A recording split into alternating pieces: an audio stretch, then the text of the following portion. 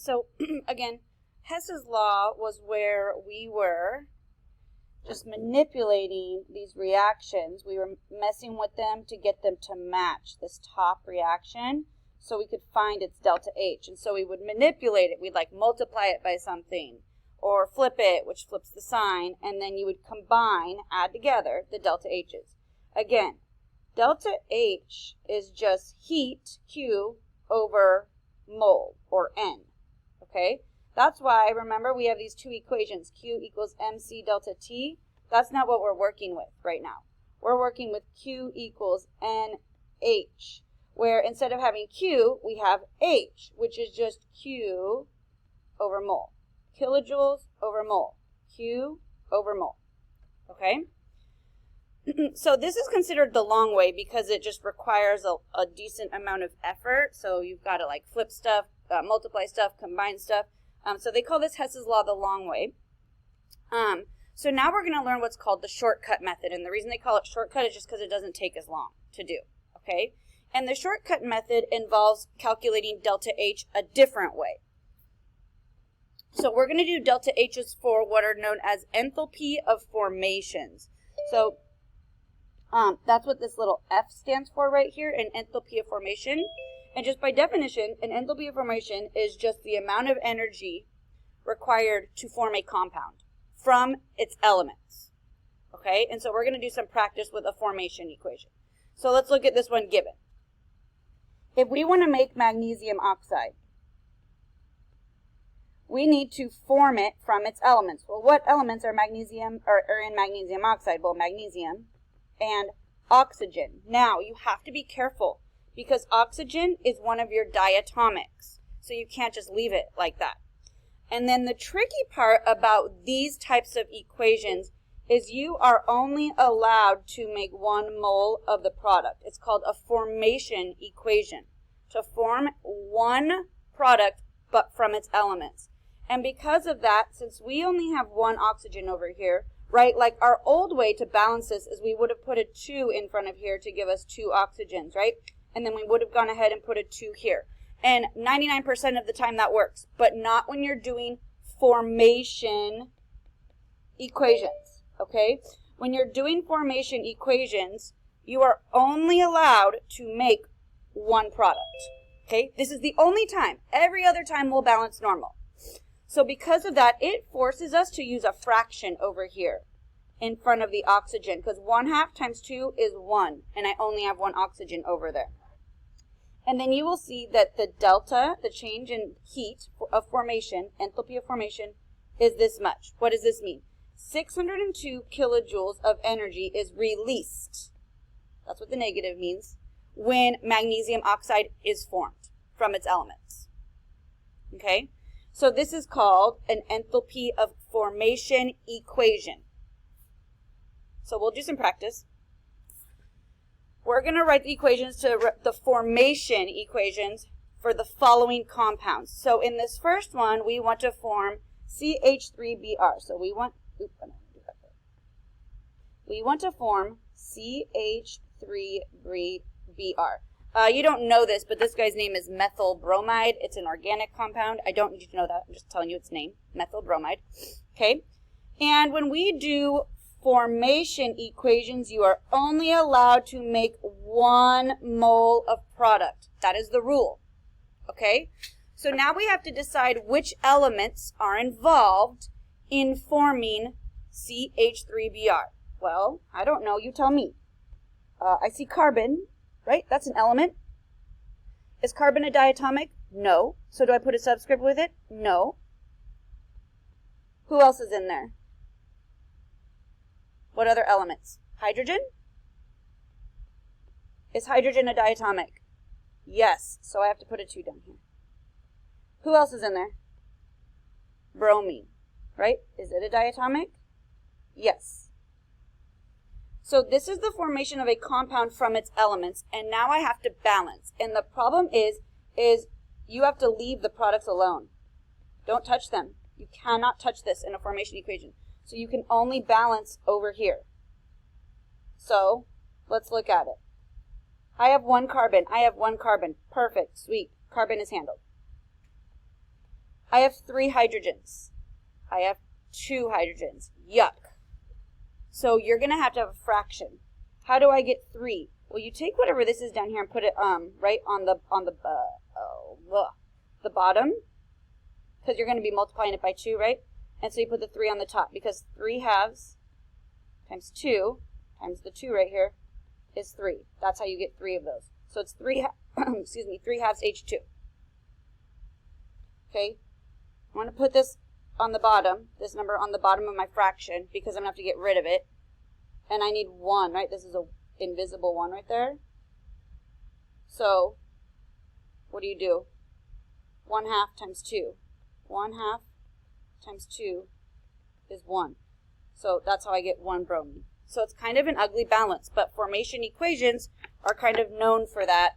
Well, I shouldn't say they're known for that, but they do that fairly frequently, where you see fractions more often than you ever would in any other balancing situation. Okay, so let's do another practice before we move on to the math, the important math part. So write the standard enthalpy of formation equation of sodium nitrate. Okay, so sodium nitrate is the compound I am forming from its elements. Be careful. Do not do this. This would be the formation of sodium nitrate from its ions. This isn't wrong, but that's not what formation equations are about. Formation equations are forming a compound from its elements. So we have to identify all of the elements present in sodium nitrate. So sodium, is it a diatomic? No, it's a metal, so I can leave it like that. What about nitrogen? That's who this is. It's diatomic, so I have to write it like that. Same with oxygen. It's a diatomic, so I have to write it like that. So now, because I'm only allowed to make 1 of these, the work of balancing is done on my reactant side. So how do I get 1 nitrogen? Well, 1/2 times 2 will give me 1. How do I get 3 oxygens? Well, 3 halves times 2 is 3. And this is the formation equation for sodium nitrate. So now what happens is, instead of using those equations, we're going to use reactions with HF values. Okay? And these are called standard enthalpy values, and they're given. They'll give them to you. They'll say, okay, the HF of this compound is this number. The HF of this compound is this number. And we will calculate the delta H doing products minus reactants, because remember, delta means final minus initial. That's what the triangle means. The final in a chemical reaction are your products, and the initial in the beginning of your reaction are reactants. Okay? And we will just plug and chug them, and also consider the balanced mole ratios from the reaction. So I'll give you an example. You must know that all elements, pure elements, HF, enthalpy of formation value, 0. And the question is why? Well, the point of a formation value is to form a compound from its elements. So elements don't have formation values because they're elements, not compounds. Okay? So we'll do a practice example, what this means. So look at, they want you to calculate the delta H of the reaction. So they want this guy's delta H again. And then unlike in Hess's law the long way, the Hess's law the long way had like various equations with delta H's. They gave you enthalpy, and see this little F down here, of formation of the compounds involved in the reaction. So when you do this, you literally just do products minus reactants. That's what equals delta H. Okay? Now this is a balanced reaction. Notice this is not a formation equation. It's a chemical reaction, and we're using formation values to calculate the answer. So how do I do it? Well, really, really easily. Products are these guys, so I'll do them in green, okay? Reactants are these guys, so I'll do them in purple. So products, I'll start with aluminum oxide. There's 1 of them, and here's its value. oops, I'm in the wrong color now. Products. Okay? But I have another product, and there's two of them, so 2 times, because there's 2 ions. But iron's an element, so its HF value is 0. That's why it's not given. They're not going to tell you the elements are 0. It's going to be expected that you know that. Okay? So here's my products.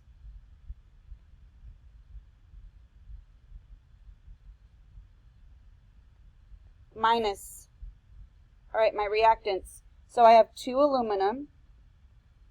So 2 times, well, aluminum is an element, so it's 0. Plus iron 3 oxide. So that's this guy right here. And there's only one of them. Okay? So these are my reactants. So the top one is negative 1676 plus 2 times 0. So like this doesn't even matter because 2 times 0 is 0. So this is negative 1676 products minus, and then 2 times 0 right here is also 0, so who cares about that? Negative 826. And you should end up with negative 850 kilojoules per mole. So the delta H of this reaction is negative 850 kilojoules per mole. And again, this is just a different way to calculate delta H. So this is called Hess's law, the shortcut way, as opposed to Hess's law, the long way. You're still finding the same entity where you're finding delta H, but you're using different methods. And again, the reason they call this short is because you just plug and chug numbers in. And then remember, you got to remember that all elements are 0. So we'll do some more practice. Oh, wait. So it says using standard enthalpies of formation, which are represented by this symbol. Okay, HF. H stands for enthalpy, F stands for formation. That little circle, if you didn't remember, means standard conditions. So like 1 atmosphere, 25 Celsius, basically normal conditions. Okay? I want to calculate the delta H for this reaction right here. What is it? That is my job.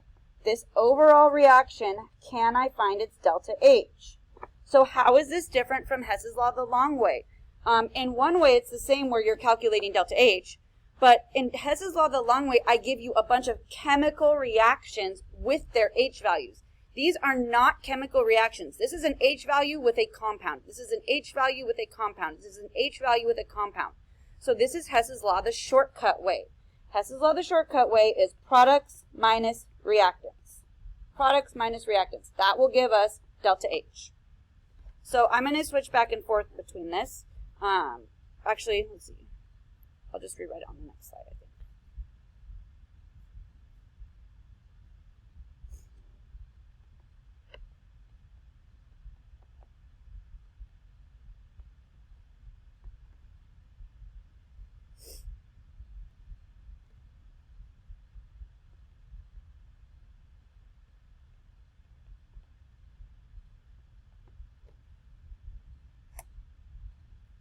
Okay, so let's see. Let's make my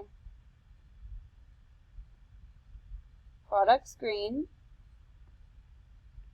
and my reactants purple.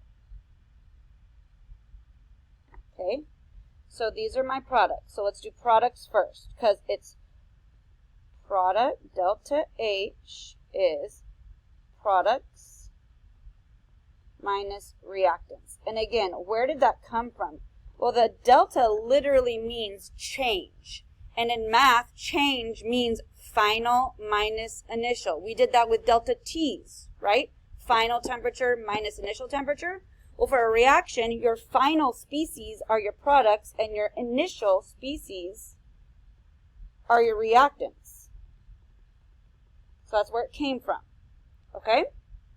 So, products. So that's these guys. So now I'm going to do products. And I'll just do bracket. And I'm going to start with the number 4 because there's 4 of those guys. There's 4 nitrogen dioxides.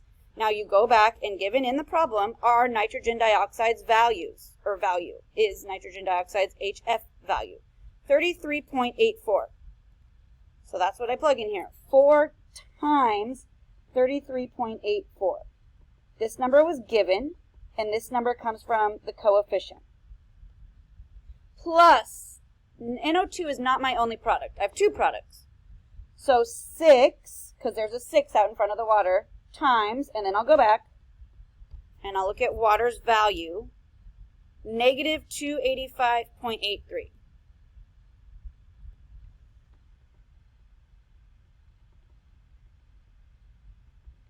So that's the sum of all of my products minus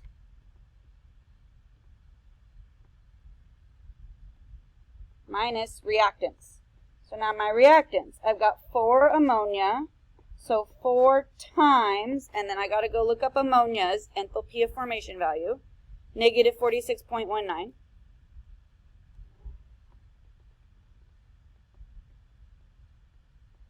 Plus 7 times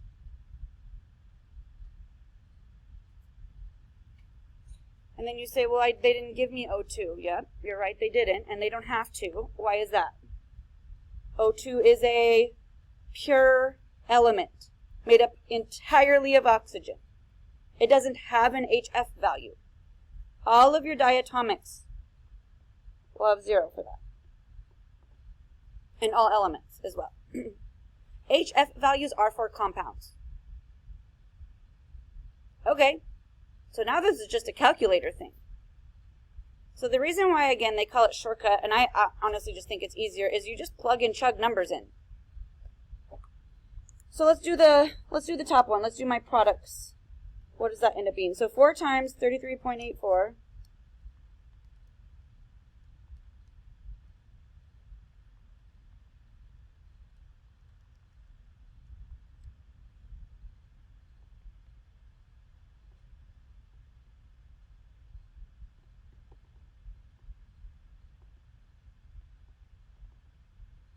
Okay, so that's one for my products, minus my reactants,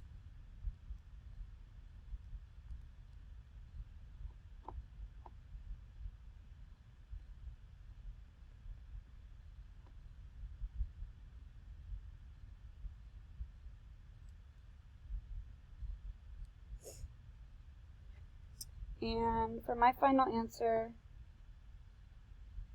I'll let you see this work for just a second, and then I'll flip back. So again, the standard enthalpy change, and standard just means a symbol, is given in this problem. It's right here. In the last 2 examples, we were trying to find delta H using formation values. So if delta H is given in the problem, you're not trying to find it. You're probably trying to find something else. And sure enough, if you keep reading, you're going to calculate an HF value instead. Okay? So instead of HF being given for all of these species, and us finding delta H is given, and they're probably going to give you all of the species HF values, but the one that you're missing. Okay? So how does this work? Well, fairly easily. It's just a different rearrangement of the equation. So right, for this,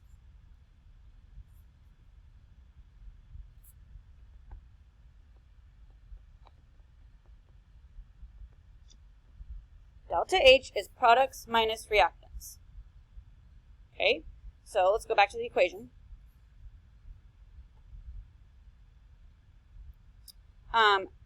Delta H is this number, so I'm going to plug that in.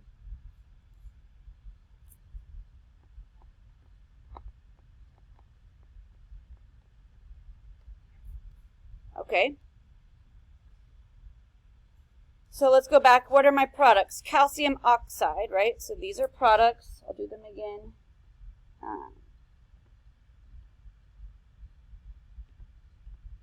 Okay. So products. And this is balanced. So everything is 1 and 1. So you don't have to worry. Well, I'll just put ones. But so products. So calcium oxide.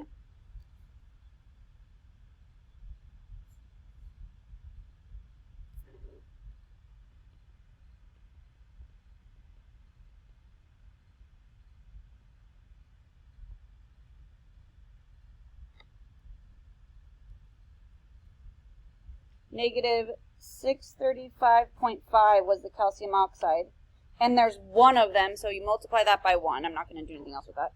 Plus, who's the other product? Carbon dioxide, and its value is down here. It's negative 393.5.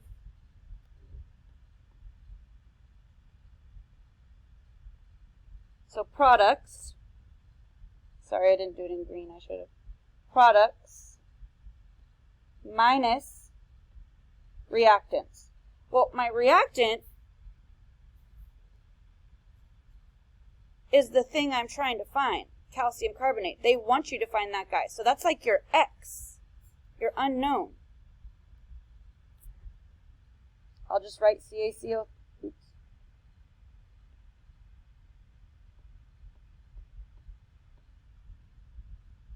Okay. Now, the way it's written is a little rough, so I'm going to just rewrite this, okay? So,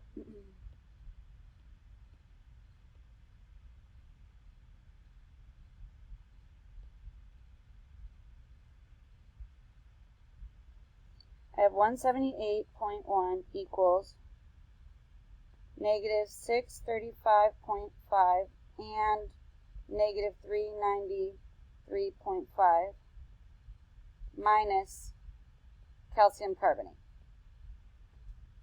Okay, so let's do this math right here inside my brackets or my parentheses.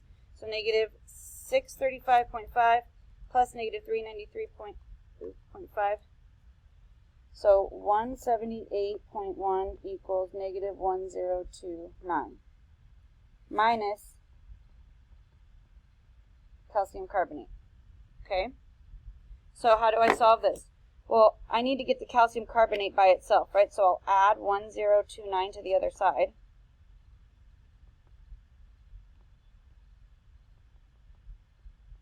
It's basic algebra.